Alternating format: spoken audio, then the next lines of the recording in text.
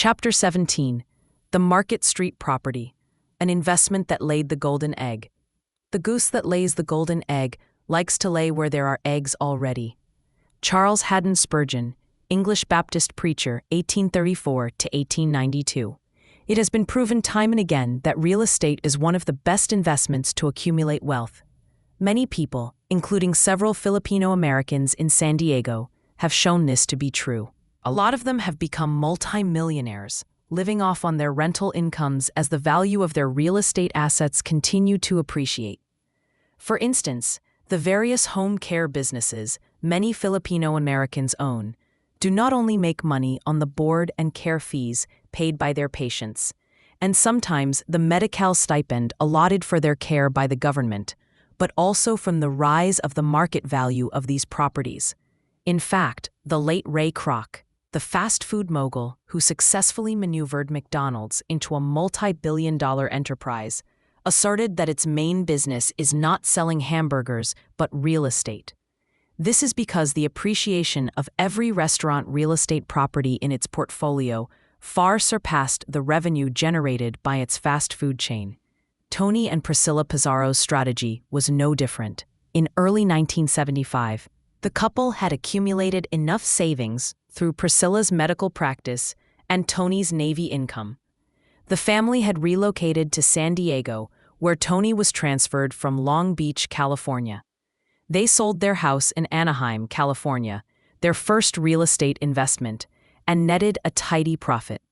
They used the money to buy their house in the Claremont area, an upper-middle-class community in San Diego where the appreciation of the property values was higher compared to neighborhoods south of Freeway 8.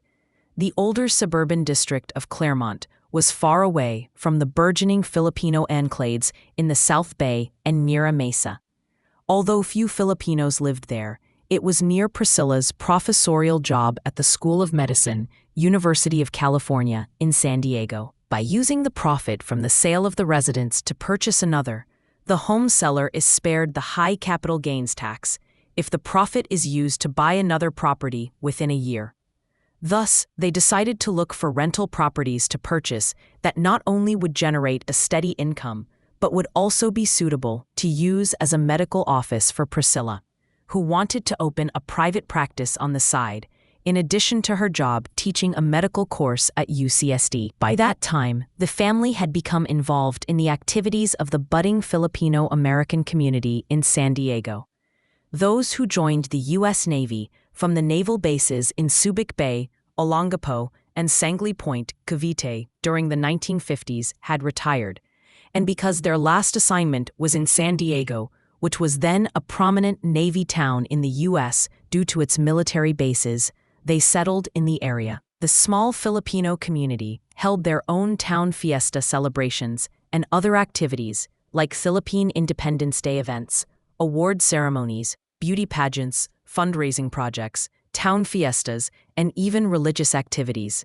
It was quite easy for the few members to meet up and gather as a group because they knew each other. Many had come from the same hometowns, same careers, and the same experiences of Navy life. The mass migration that occurred in the late 1980s and 1990s had not yet come to pass. At its peak, the Filipino-American groups in San Diego proliferated to as many as 120 organizations. The number represented the many towns that were in near proximity to the U.S. bases in the Philippines. But because they have been gone for so long, many were nostalgic for their home country. The archipelago of 7,100 islands, which is a storehouse of linguistic and cultural diversity, was on the opposite side of the Pacific Rim, and only accessible at the quickest by a 17-hour direct flight from the West Coast. To give the Filipino expatriates a chance to visit their homeland on an installment plan, travel agencies offered their fly now, pay later promotions. Movies from the Philippines were hard to come by, as there was no Filipino channel on television at that time. These days, the homeland is as ubiquitous as a next-door neighbor, because Filipino-based cinema, entertainment, and news channels are beamed 24/7 from the Philippines via the internet and cable channels. It was while attending these Filipino activities that Tony and Priscilla met A.B. Santos, one of the early Filipinos who arrived and settled in San Diego during the 1970s, if not 1960s. Santos, with his wife Juanita, had led Filipino organizations and activities as well as managed a real estate business. "Why don't you attend an auction for a nice property on Market Street?" A.B. told Priscilla. At that time, Market Street was a nice business location in San Diego. Like the other market streets in San Francisco, Los Angeles, and other parts of the country, it was adjacent to the downtown area. The property used to be owned by Mr. Nonong Mendoza, one of the first successful Filipino businessmen in America. He used the Market Street property as an office for his travel agency in San Diego, in addition to its other branches in Los Angeles, San Francisco, and other major cities in America. But Mendoza overextended his operation, and it became difficult for him to manage all the branches. He decided to give up the San Diego property. The bank foreclosed it, and an auction was held in its main office in Los Angeles. News about the auction reached Tony's ears, but he was on overseas duty. This meant Priscilla had to do it alone. Not knowing any better, she traveled to Los Angeles by herself and arrived late during the auction. She did not know the protocols for an auction. She just came in, sat on a chair, and watched the proceedings without even signing in. By the time the Market Street property was put on the block, she just kept raising her hand until the auctioneer declared her the winner. "Did you bring money for the property?" the bankruptcy judge asked her. "I didn't know I had to, but I've got my checkbook with me," she innocently replied. Although she may have not followed the proper protocol, the requirement was waived by the judge so long as she issued a down payment. The couple paid off all the requirements later, but they were surprised to receive another bill from the Internal Revenue Service. It turned out not only did they buy the front lot, but 4 other adjacent lots in the rear of the property. All were included in the sale. It was a pleasant surprise for them, a welcome bonus for their first real estate rental property venture. Aside the property was a building called the Fava Hall. It was owned by the Filipino American Veterans Association, FAVA, of San Diego County, and was one of the first Filipino American buildings in the area.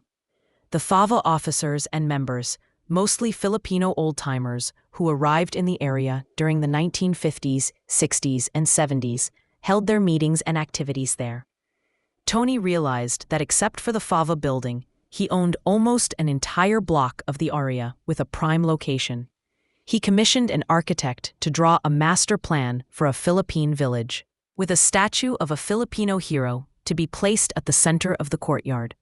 The village would be earmarked for multi-purpose use and would include a mix of stores, offices of different Filipino associations, and even apartment units on the second floor.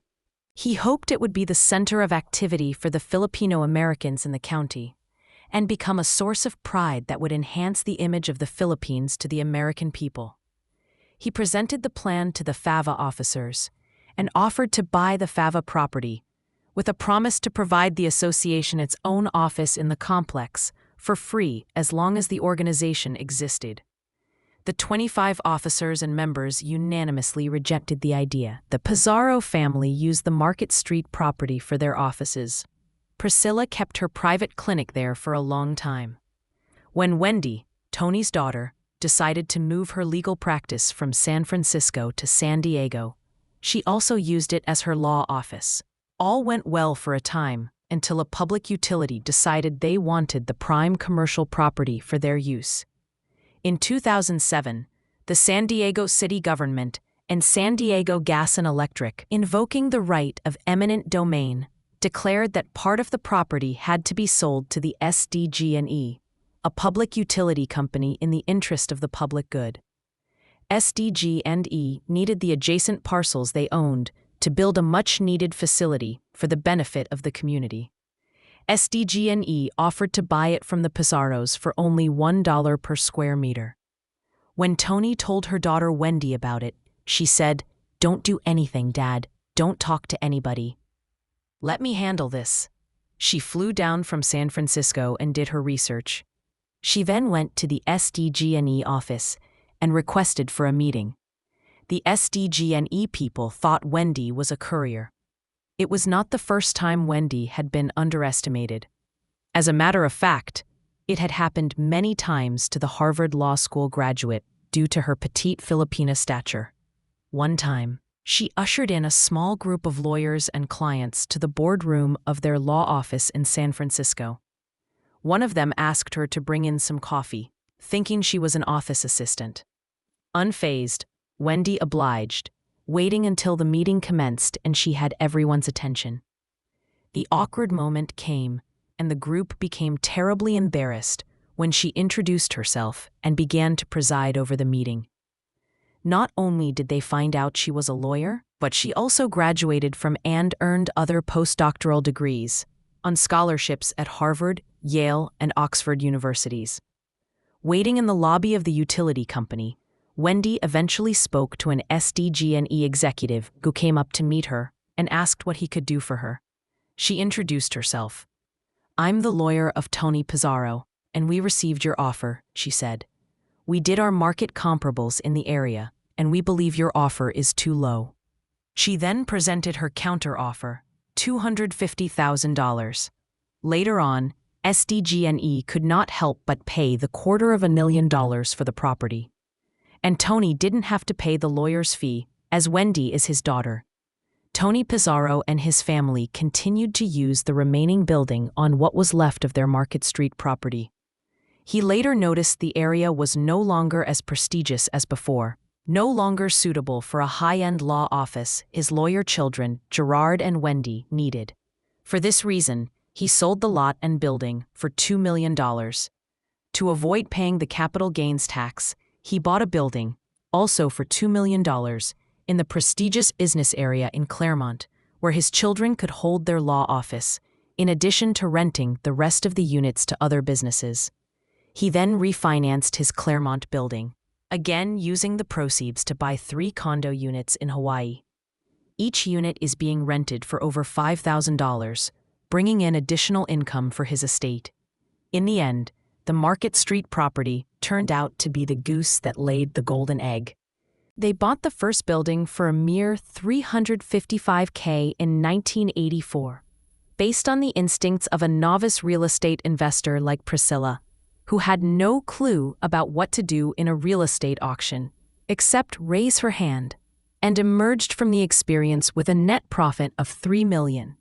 And while the nest egg was generating a profit and drawing rental income from the building on Market Street over the years.